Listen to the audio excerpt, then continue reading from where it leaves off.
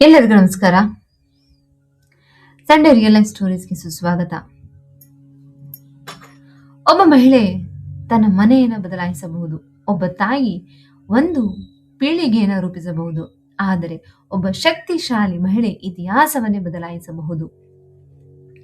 ಅಂತಹ ಮಹಿಳೆಯರ ಜೀವನದಿಂದ ನಾವು ಪ್ರತಿ ಭಾನುವಾರ ಒಂದು ಹೊಸ ಪಾಠ, ಹಾಗೆ ನಮ್ಮ ಕುಟುಂಬದಲ್ಲಿ ಅಳವಡಿಸಿಕೊಳ್ಳಬಹುದಾದ ಒಂದು ಸರಳ ಅಭ್ಯಾಸ ಕಲಿಯುತ್ತಿದ್ದೇವೆ. ಯಾಕೆಂದರೆ ಒಬ್ಬ ಮಹಿಳೆ ಬದಲಾದರೆ ಒಂದು ಕುಟುಂಬ ಬದಲಾಗುತ್ತದೆ, ಒಂದು ಕುಟುಂಬ ಬದಲಾದರೆ ಸಮಾಜ ಬದಲಾಗುತ್ತದೆ, ಸಮಾಜ ಬದಲಾದರೆ ದೇಶ ಬದಲಾಗುತ್ತದೆ. ಇಂದಿನ ಕತೆ ರಾಜಮಾತೆ ಜೀಜಾಬಾಯಿ. ಒಬ್ಬ ತಾಯಿಯ ಕನಸು ಒಬ್ಬ ಮಗನನ್ನು ಮಾತ್ರವಲ್ಲ, ಒಂದು ದೇಶವನ್ನೇ ಬದಲಾಯಿಸಬಹುದು. ಒಬ್ಬ ತಾಯಿ ತನ್ನ ಮಗುವಿಗೆ ಕೊಡುವ ದೊಡ್ಡ ಆಸ್ತಿ ಮನೆ, ಹಣ, ಚಿನ್ನ ಅಲ್ಲ, ಒಳ್ಳೆಯ ಸಂಸ್ಕಾರ. ಇಂದು ನಾನು ಅಂತಹ ಒಬ್ಬ ಮಹಾನ್ ತಾಯಿಯ ಕತೆ ಹೇಳಲಿದ್ದೇನೆ. ಅವರು ರಾಜಮಾತೆ ಜೀಜಾಬಾಯಿ. ಅವರ ಮಗ ಮುಂದೆ ಛತ್ರಪತಿ ಶಿವಾಜಿ ಮಹಾರಾಜರಾದರು. ಆದರೆ ಶಿವಾಜಿಯನ್ನು ಮಹಾನ್ ರಾಜನನ್ನಾಗಿ ಮಾಡಿದವರು ಯಾರು? ಅದು ಅವರ ತಾಯಿ ರಾಜಮಾತೆ ಜೀಜಾಬಾಯಿ. ಇದು ಬಂದು 17ನೇ ಶತಮಾನ. ಭಾರತದಲ್ಲಿ ಅನೇಕ ರಾಜ್ಯಗಳು ಪರಕೀಯ ಆಳ್ವಿಕೆಯ ಒತ್ತಡದಲ್ಲಿದ್ದವು. ಅಂತಹ ಸಮಯದಲ್ಲಿ ಮಹಾರಾಷ್ಟ್ರದ ಒಂದು ಕೋಟೆಯಲ್ಲಿ ಒಬ್ಬ ತಾಯಿ ತನ್ನ ಪುಟ್ಟ ಮಗನನ್ನು ಬೆಳೆಸುತ್ತಿದ್ದರು. ಆ ಮಗನೇ ಮುಂದೆ ಛತ್ರಪತಿ ಶಿವಾಜಿ ಮಹಾರಾಜರಾದರು. ಶಿವಾಜಿಯ ತಂದೆ ಶಹಾಜಿ ಮಹಾರಾಜರು.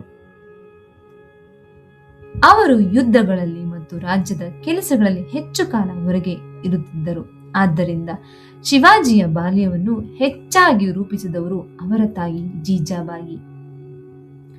ಪ್ರತಿ ಸಂಜೆ ಸೂರ್ಯ ಮುಳುಗುತ್ತಿದ್ದಾಗ ಜೀಜಾಬಾಯಿ ತಮ್ಮ ಪುಟ್ಟ ಮಗನನ್ನು ಹತ್ತಿರ ಕೂರಿಸಿಕೊಂಡು ಯಾವ ಕತೆ ಹೇಳುತ್ತಿದ್ದರು ಗೊತ್ತಾ?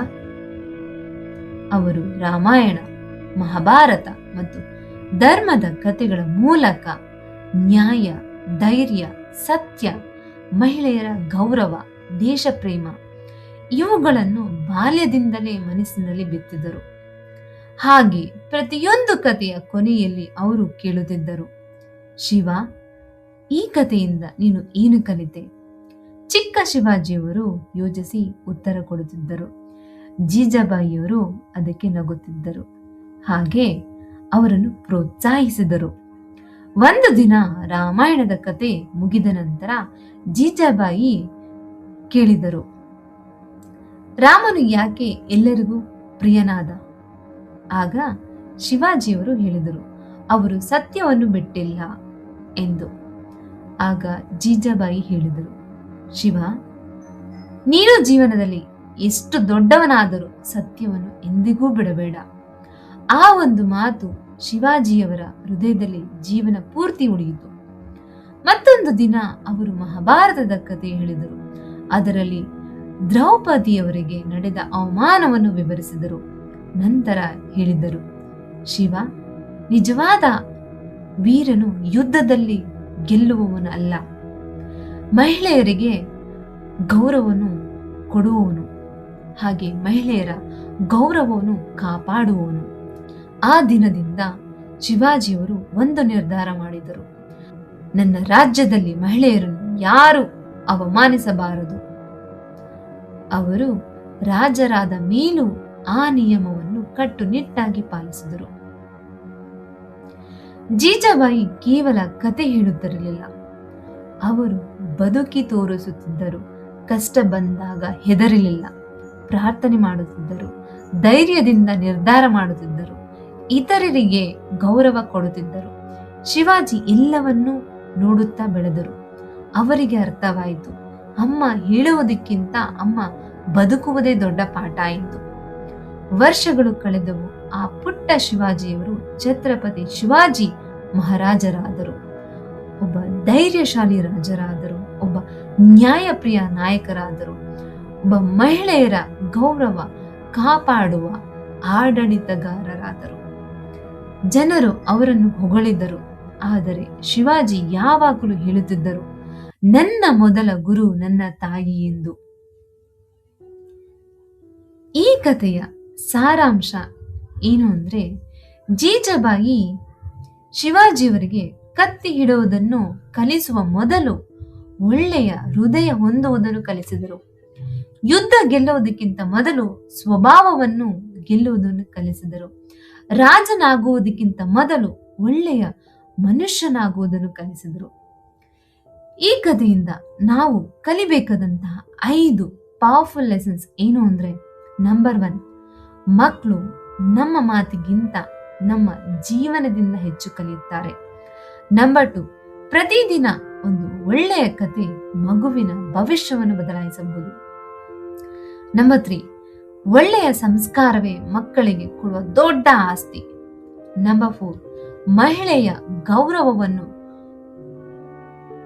ಕಲಿಸುವ ಮನೆ ಸಮಾಜಕ್ಕೆ ಉತ್ತಮ ನಾಯಕರನ್ನು ಕೊಡುತ್ತದೆ. ನಂಬರ್ 5, ಒಬ್ಬ ತಾಯಿಯ ಪ್ರೀತಿ, ಪ್ರಾರ್ಥನೆ ಮತ್ತು ಮಾರ್ಗದರ್ಶನ ಒಂದು ಪೀಳಿಗೆಯನ್ನು ರೂಪಿಸಬಹುದು. ಈ ಕಥೆಯಿಂದ ನೀವು ಇವತ್ತಿನಿಂದ ಒಂದು ಸಿಂಪಲ್ ಆಕ್ಷನ್ ಏನ್ ತಗೋಬಹುದು ಅಂತಂದ್ರೆ, ಇವತ್ತು ರಾತ್ರಿಯಿಂದ ನಿಮ್ ಮಗುವಿನ ಜೊತೆ ಕೂತ್ಕೊಂಡು ಅವ್ರು ಮಲ್ಗೋಕ್ಕಿಂತ ಮುಂಚೆ 10 ನಿಮಿಷ ಅವ್ರಿಗೆ ಒಂದು ಒಳ್ಳೆ ಪವರ್ಫುಲ್ ಕಥೆನ ಹೇಳಿ. ಮೊಬೈಲ್ನ ಪಕ್ಕಕ್ಕಿಡಿ. ಕತೆ ಹೇಳಿದಾದ್ಮೇಲೆ ಅವ್ರಿಗೆ ಒಂದು ಪ್ರಶ್ನೆ ಕೇಳಿ, ಈ ಕಥೆಯಿಂದ ನೀವೇನ್ ಕಲ್ತ್ರಿ ಅಂತ. ಆ ಒಂದು ಅಭ್ಯಾಸ ನಾಳೆ ಒಳ್ಳೆಯ ಮನುಷ್ಯನನ್ನು ರೂಪಿಸಬಹುದು.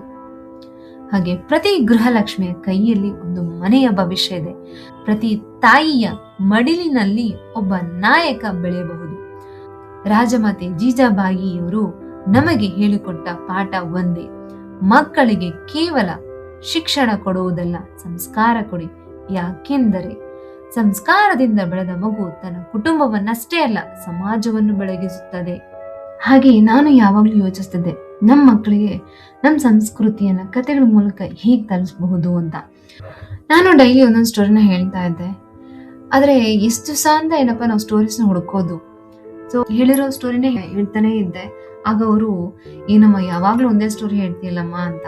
ಸೊ ಹಾಗಾಗಿ ಎಲ್ಲಾ ಮಕ್ಕಳಿಗೆ ಮೌಲ್ಯಗಳನ್ನ ಕಲಿಸೋ ಸುಂದರ ಕಥೆಗಳು ಎಲ್ಲರಿಗೂ ಸುಲಭವಾಗಿ ಸಿಗ್ಬೇಕು ಅನ್ನೋ ಕಾರಣಕ್ಕೋಸ್ಕರ ಇನ್ ಮುಂದೆ ಪ್ರತಿ ಶನಿವಾರ ಮಕ್ಕಳಿಗಾಗಿ ಬೆಡ್ ಟೈಮ್ ಸ್ಟೋರೀಸ್ ಅನ್ನ ಪ್ರೆಸೆಂಟ್ ಮಾಡ್ತಿದ್ದೀನಿ.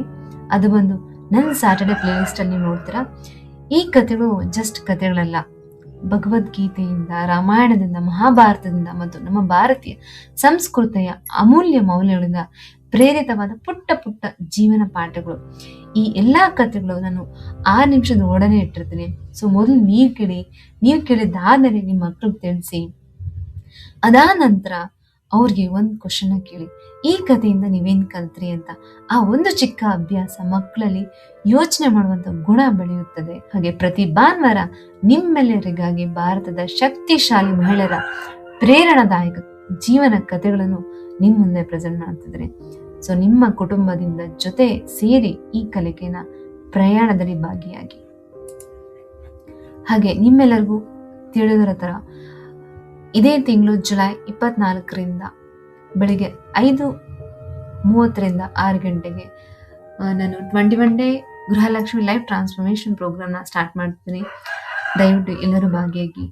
ಹಾಗೆ ಈ ಕಥೆನ ಸಾಧ್ಯದಷ್ಟು ಎಲ್ಲಾ ಹೆಣ್ಮಕ್ಳಿಗೆ ಶೇರ್ ಮಾಡಿ, ಹಾಗೆ ಲೈಕ್ ಮಾಡಿ, ಹಾಗೆ ನಮ್ಮ ಚಾನಲ್ ಅನ್ನ ಸಬ್ಸ್ಕ್ರೈಬ್ ಮಾಡಿ.